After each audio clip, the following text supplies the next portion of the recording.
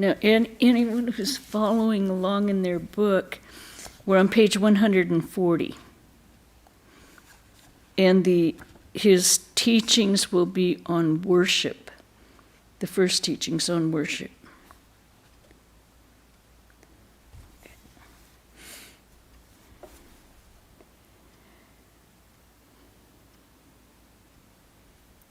Do you know what worship is?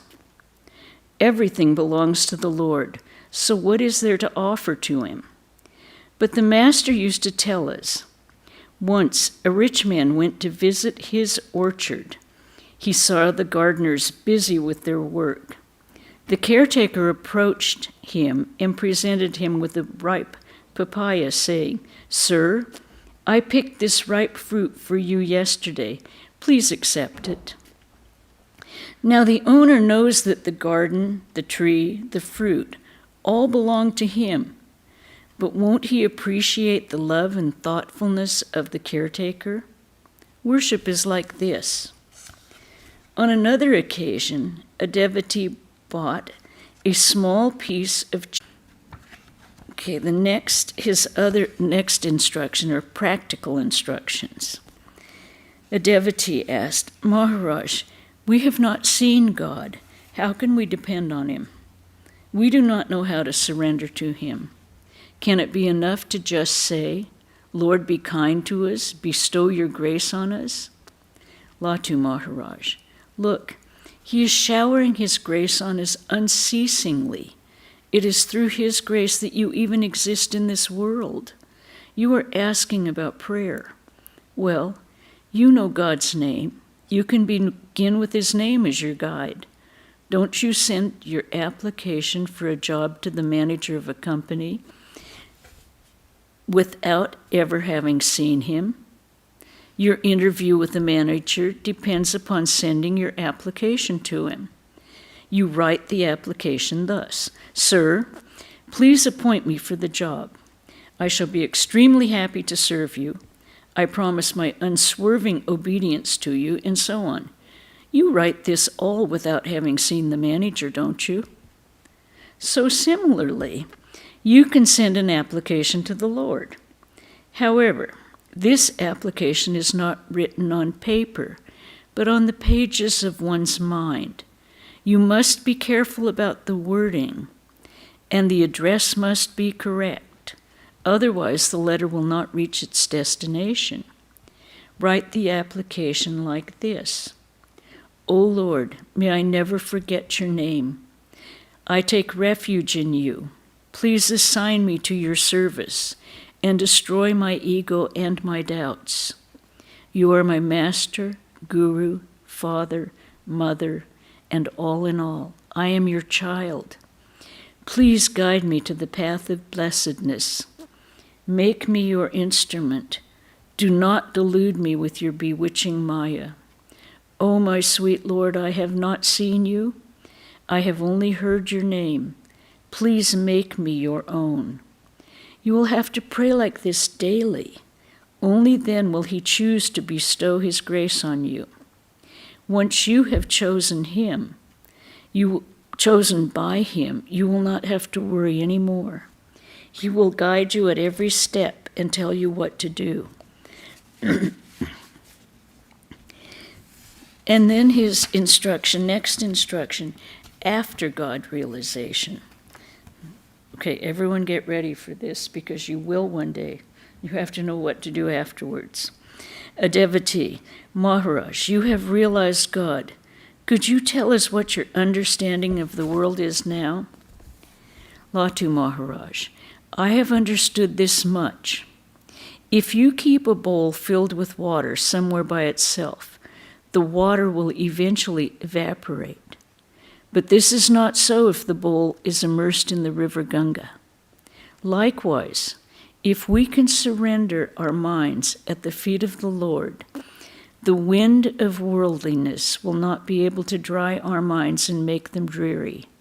Then the world will no longer seem an unhappy place." A devotee, "Maharaj, do you feel now that the world is a burden?"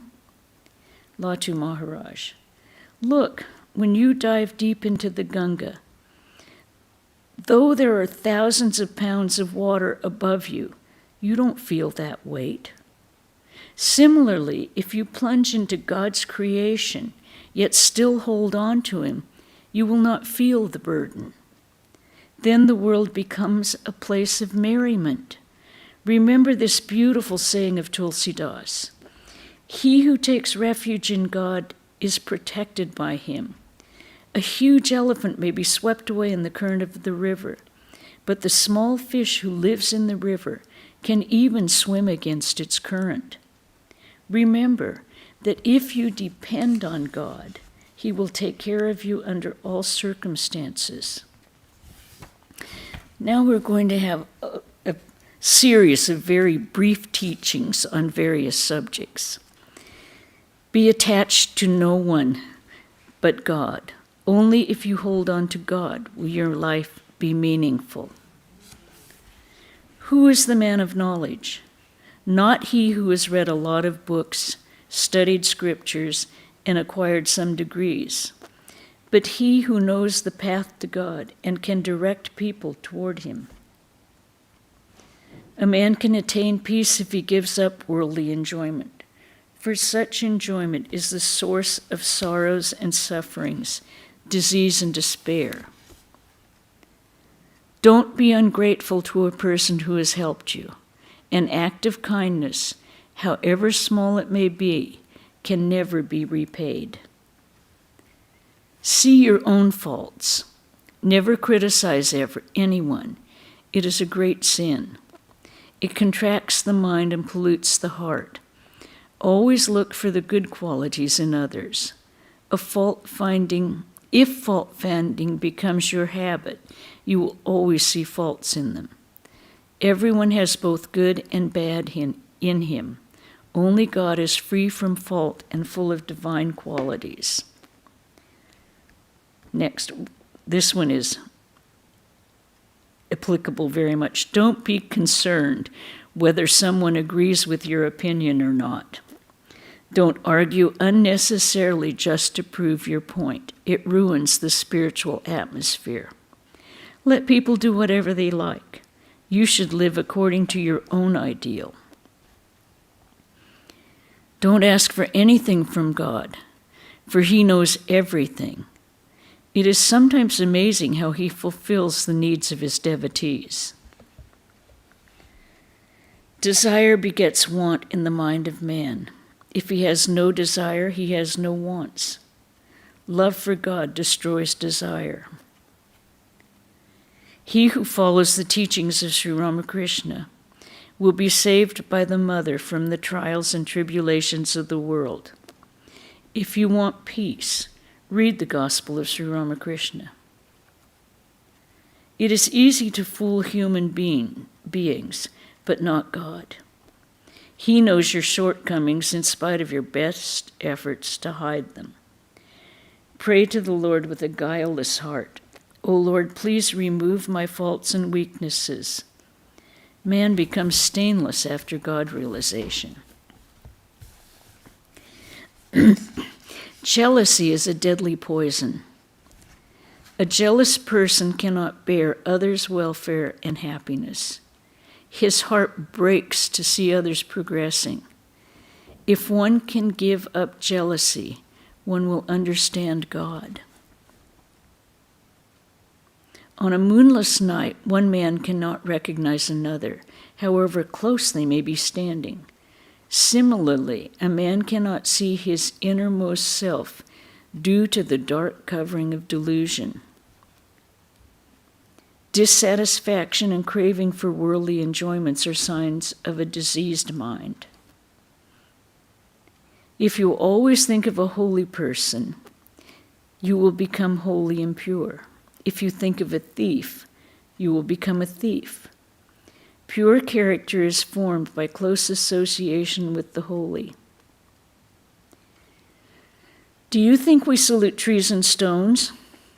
We salute the Supreme Being who pervades every atom of the universe. He who sees God in all creatures and all things attains the knowledge of Brahman. Although God is formless, he takes form according to our mental conception of him. It is because the formless Chetanananda dwells in our hearts that we can meditate on one of God's blissful forms. God appears in whatever form the devotee meditates on him. God gives power to those who are pure in heart. Actually, any one of these little things would be like something to write down and use as a daily reminder. The next section of the book is reminiscences. And these are of people who directly knew Latu Maharaj. The first one is by Ramlal Chatterjee, a nephew of Sri Ramakrishna. He officiated as a priest at the Kali temple in Dakshineswar and often gave personal service to him. Latu first came to Dakshineswar with Dr. Ramchandra Datta. When they entered the room, Rambabu bowed down to the master. Latu also bowed down and took the dust of his feet. The master looked at Latu intently and said to Rambabu, "How wonderful, Ram! Where did you get this boy? I see some holy and auspicious signs in him." Amazed, Rambabu replied, "What do I know about these things, sir? You know everything." As the conversation between Rambabu and the master continued, Latu stood nearby. The master said to him, "Sit down." Latu sat down in a corner. Again the master looked at Latu and remarked, "What a wonderful boy this is, a very good boy." Soon the master began to sing a song of Radha. I was then standing by the door, but I could not get any chance at all to speak with my beloved Krishna. Why? Because Brother Balai was with him. When my beloved leaves for the pastoral grounds, he makes such enchanting sounds. While singing, the master merged into samadhi. After some time, he came down to a semi-conscious state, and Rambabu and Latu prostrated before him. As soon as Latu stood up, the master started stroking the boy's head and chest, still in that ecstatic mood. The tears rolled down the master's cheeks, and his hair stood erect like the stamens of the kadamba flower. The master again merged into samadhi. His touch put Latu into a high spiritual state.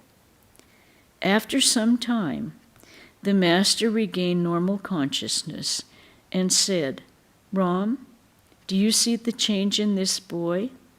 Now compare this with what I said about him." After an hour, Latu regained some consciousness. He first burst into tears, and then he laughed. Gradually, he became normal. I saw this with my own eyes. Moreover, many times later on, while singing kirtan with the master, he was seen in ecstasy. Rambabu, seeing Latu's deep spiritual mood, felt that he should not give him any more menial work. He said to the master, "We hired this boy as an ordinary servant in our house, but I am amazed at his spiritual depth. I do not dare now to give him any menial work. What do you say?" The master, "Do not give him any menial work, but if you treat him with love and affection, you can accept service from him. It will not do any harm. Then if he does not want to stay with you, or if you feel hesitant to keep him as a servant, please send him here. He belongs to this place." Thereafter, Rambabu used to send ice, betel leaf, spices, and other things to the master through Latu. Rambabu's wife would collect all those things and pack them. Quite often, when Latu would come to Dakshineswar with something for the master, he would stay 2 or 3 days. Other times, he would leave the same day. He was just like a child in his behavior. Later, when Latu lived with the master at Dakshineswar, He would sometimes lie down on the veranda north of the master's room on a blanket or mat, covering his body with a thick chudder. Many people would say, "This boy sleeps too much." I heard such comments quite often. One day, while several people were standing near him, I lifted his chudder and saw that his face was wet with tears. I was startled and thought, "What have I done? I have suddenly disturbed his meditation. What an awful mistake I've made." Mentally, I begged his forgiveness and put the chudder back as it was. I noticed that when I had lifted his chudder, he had not opened his eyes. He remained lying in that position for a couple of hours. When he got up, we offered him some food. The master often used to sing this song, "O mine, chant the name of the Lord, and whatever food, water, and clothes he gives to you, be happy with that." Latu was very fond of this song and would sing it often. I also used to sing it. Once the master asked Latu, "What else do you want to do?" This, his personal service to the master, of itself will give you perfection. The next reminiscence is by M. Mahendranath Gupta, the householder disciple of Ramakrishna, who kept the diary of his frequent visits to the master. Later, under the name of M, he expanded and published this diary as the Sri Sri Ramakrishna Katamrita, known in English as the Gospel of Sri Ramakrishna. The following reminiscences are excerpts from this book. It was evening. Incense was burning in the master's room. He was sitting on the small couch, absorbed in meditation. M was sitting on the floor with Rakal, Latu, and Ramlal. The master said to M, "The sum and substance of the whole thing is to cultivate devotion for God and love Him." Late at night, M sat alone in the Nahabat. The sky, the river, the garden, the steeples of the temples, the trees, and the Panchavati were flooded with moonlight. Deep silence reigned everywhere, broken only by the melodious murmuring of the Ganges. M was meditating on Sri Ramakrishna. At 3 o'clock in the morning, M left his seat. He proceeded towards the Panchavati as Sri Ramakrishna had suggested. He did not care for the Nahabat anymore and resolved to stay in the hut in the Panchavati. Suddenly he heard distant sound as if someone were wailing piteously. "Oh, where art thou, brother Madhusudana?" The light of the full moon streamed down through the thick foliage of the Panchavati, and as he proceeded, he saw at a distance one of the master's disciples, Latu, sitting in the grove, crying helplessly, "Oh, where art thou, brother Madhusudana?" Silently, M watched him. Sri Ramakrishna was going to the pine grove. A beautiful dark cloud was to be seen in the northeast. The master said to M, "Do you think it will rain? Please bring my umbrella." M brought the umbrella. Reaching the Panchavati, the master said to Latu, who also accompanied him, "Why do you look so sickly?" Latu, "I can hardly eat anything."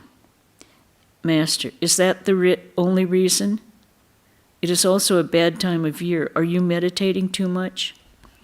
Presently the master left them, going in the direction of the pine trees. After a few minutes, M and Latu, standing in the Panchavati, saw the master coming back towards them. Behind him the sky was black with the rain cloud. Its reflection in the Ganges made the water darker. The disciples felt that the master was God incarnate, a divine child 5 years old, radiant with the smile of innocence and purity. Around him were the sacred trees of the Panchavati, under which he had practiced spiritual discipline and had beheld visions of God. At his feet flowed the sacred river Ganga, the destroyer of man's sins. The presence of this God man charged the trees, shrubs, flowers, plants, and temples with spiritual fervor and divine joy. Hazra entered the room and sat with the devotees on the floor. Hazra repeated now and then, Soham, Soham, I am he, I am he. To Latu and the other devotees he often said, what does one gain by worshipping God with offerings? That is merely giving him things that are his already. He had said this once to Narendra. The master spoke to him. Master, I explained to Latu who the object of the devotee's worship is. Hazra, the devotee really prays to his own self. Master, what you say is a very lofty thought. The aim of spiritual discipline, of chanting God's name and glories, is to realize that. A man attains everything when he discovers his true self in himself. The object of sadhana is to realize that, but that also is the purpose of assuming a human body. One needs the clay mold as long as the gold image has not been cast. But when the image is made, the mold is thrown away. The body may be given up after the realization of God.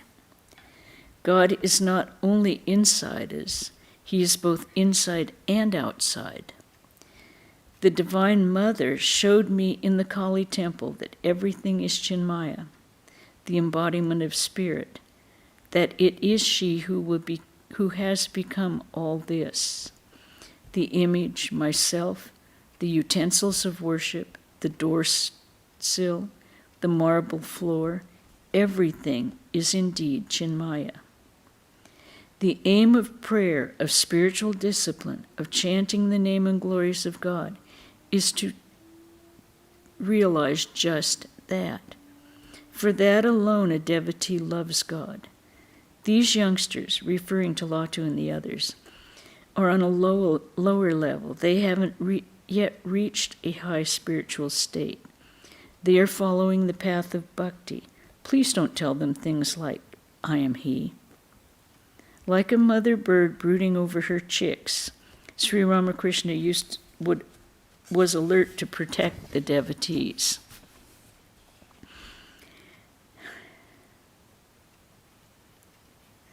The devotees were engaged in a game of Golakdam, a game in which the player tries to get to heaven by passing through different planes, but on each false step he falls into a particular hell. Hazra joined them. The master stood by watching. M and Kishori reached heaven. Sri Ramakrishna bowed before them and said, Blessed are you two brothers.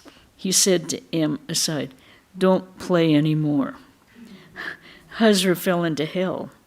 The master said, What's the matter with Hazra? Again? No sooner had Hazra got out of hell than he fell into it again. All burst into laughter. Latu, at the first throw of the dice, went to heaven from earth. He began to cut capers of joy. See Latu's joy, said the master. He would have been terribly sad if he hadn't achieved this. Aside to the devotee, this too has a meaning. Hazra is so vain that he thinks he will triumph over all, even in this game. This is the law of God, that he never humiliates a righteous person. Such a man is victorious everywhere. The moon was shining brilliantly, flooding the garden paths at the Kasipur garden house. And Kasipur is where Sri Ramakrishna had, Kalpatara Day, when he blessed all of the devotees, and where he passed. The trees and the water of the lake with its white... The moon was shining brilliantly, flooding the garden paths, the trees, and the water of the lake with its white rays. Girish, M, Latu, and a few other devotees were sitting on the steps leading to the lake. The house stood to the west of the lake. A lamp burnt in the master's room on the second floor. Sri Ramakrishna was sitting on his bed. There were several devotees in the room. That evening, Sri Ramakrishna was somewhat better. The devotees saluted the master and sat down on the floor. The master asked him to bring a lamp near him. He greeted Girish cordially. Master to Girish, "Are you quite well?" To Latu, "Prepare a smoke for him and give him some betel leaf." A few minutes afterwards, he asked Latu to give Girish some refreshments. Latu said that they had been sent for. Ramakrishna was sitting up. A devotee offered some garlands of flowers. Sri Ramakrishna put them around his neck one by one. Was he thus worshipping God who dwelt in his heart? The devotees looked at him wonderingly. He took 2 garlands from his neck and gave them to Girish. Every now and then, Sri Ramakrishna asked whether the refreshments had been brought. M was fanning the master. On the bed was a sandalwood fan, the offering of a devotee. The master gave it to M, who continued to fan him with it. He also gave M 2 garlands. M had lost a son, aged 7 or 8, about a year and a half before. The child had seen the master many a time. Latu was telling Sri Ramakrishna about M. Latu, M wept bitterly last night at the sight of some books that had belonged to his dead child. His wife is almost mad with grief. She sometimes treats her other children violently. She creates a scene at home because he spends the nights here now and then. Sri Ramakrishna seemed worried to hear this. About 7 o'clock in the morning, Sri Ramakrishna felt a little better. He talked to the devotees, sometimes in a whisper, sometimes by signs. This is when he was suffering from throat cancer. Narendra, Rakal, Latu, M, Gopal of Sinti, and others were in the room. They sat speechless and looked grave, thinking of the master's suffering of the previous night. Master to the devotees, "Do you know what I see right now? I see that it is God himself who has become all this. It seems to me that men and other living beings are made of leather, and that it is God himself who, dwelling inside these leather cases, moves the hands, the feet, the heads.